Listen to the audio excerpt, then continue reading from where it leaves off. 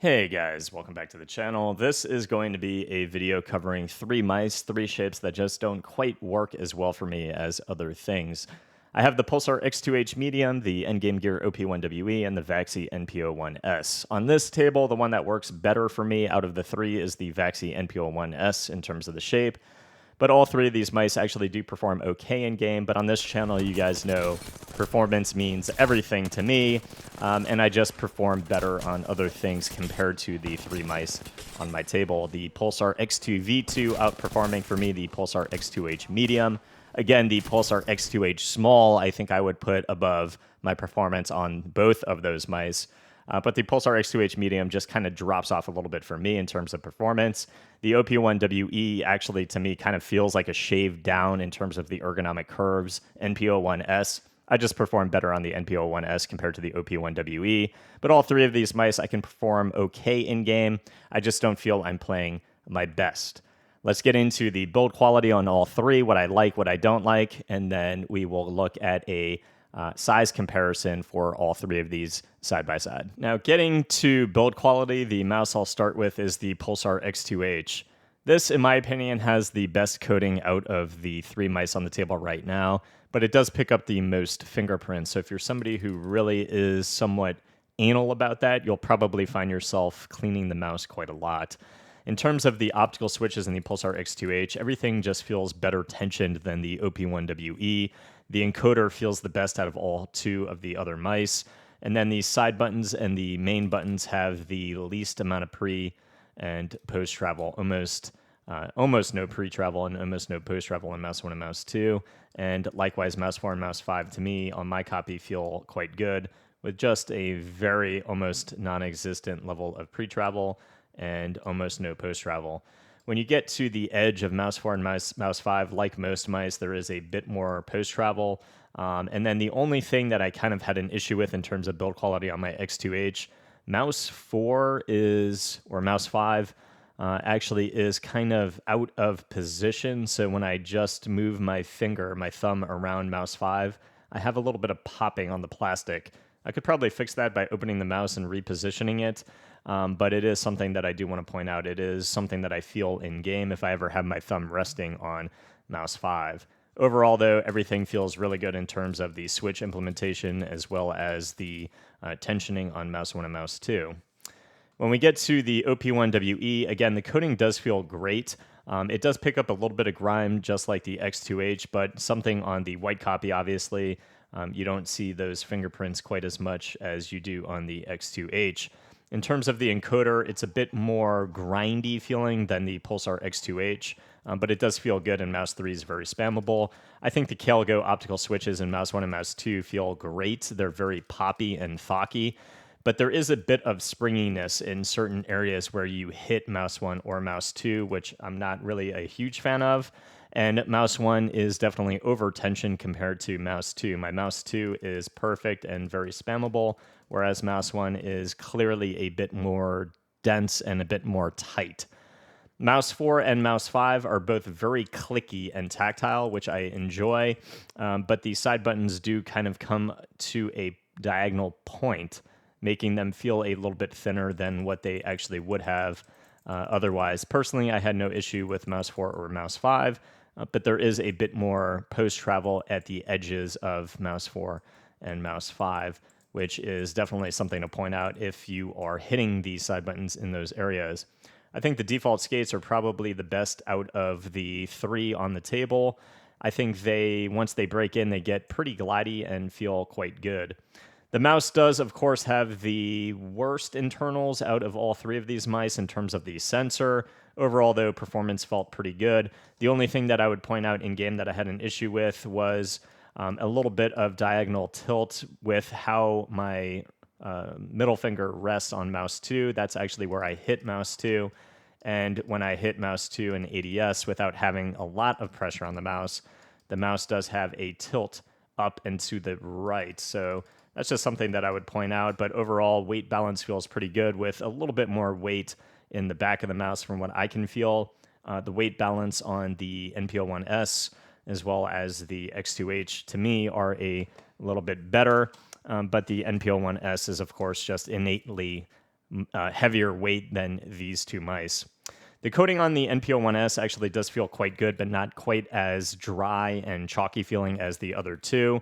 The side buttons are glossy, which I prefer matte side buttons, but the side buttons here are probably the best out of the copies, with very little pre-travel and literally basically no post-travel.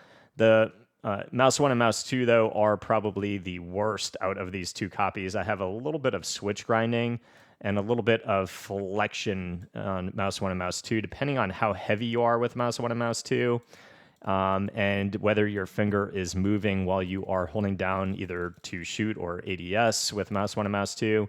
You feel a little bit of switch grind and or plastic flex, which is something that's not quite as enjoyable as using something like the Pulsar X2H. I think the scroll wheel feels great, encoder's nice, mouse 3 spammable. Overall, these switches feel great. And the shape to me is just somewhat similar to the OP1WE. It's a little bit longer, and then the ergonomic grooves just flare out a little bit more. In my opinion, it gives me a little bit more of a satisfying grip than the OP1WE, kind of just fitting more ergonomically in my hand and getting a better grip overall.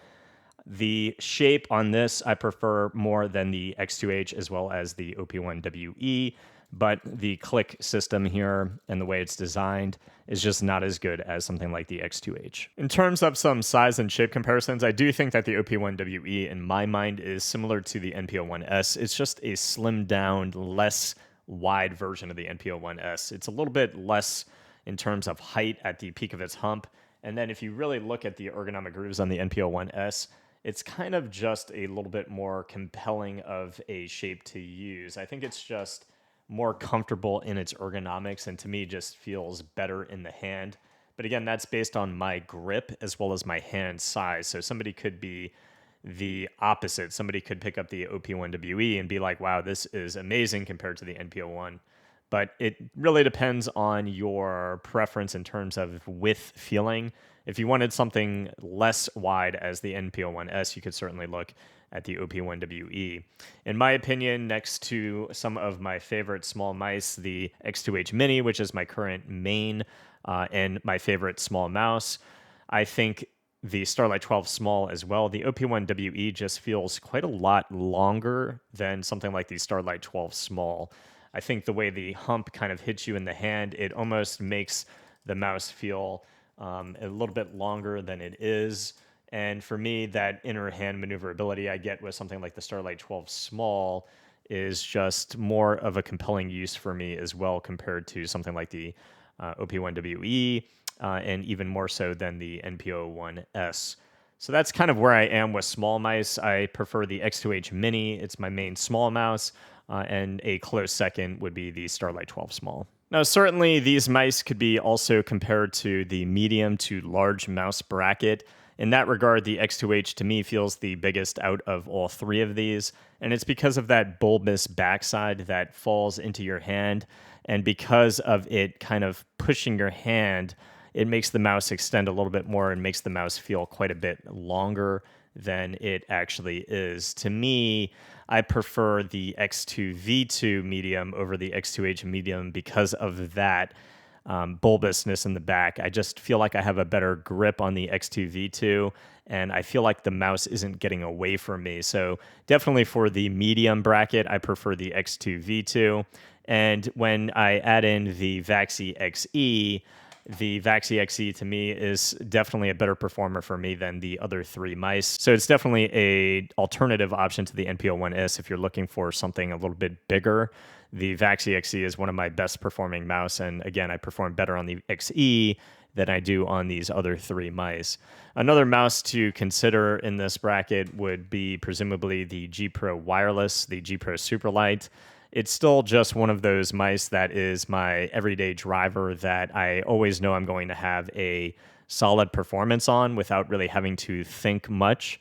I think for tack shooters, I prefer the Vaxee XE over the G Pro Superlight, but for track-heavy games, I can pick up the G Pro Superlight and know I'm going to have a solid baseline performance that is very good. It's not something that I'm going to get on and ever play inconsistent, which I just found myself playing a little more inconsistent on these other three mice. So there's a lot of mice kind of in this category if you kind of view these mice as medium to large.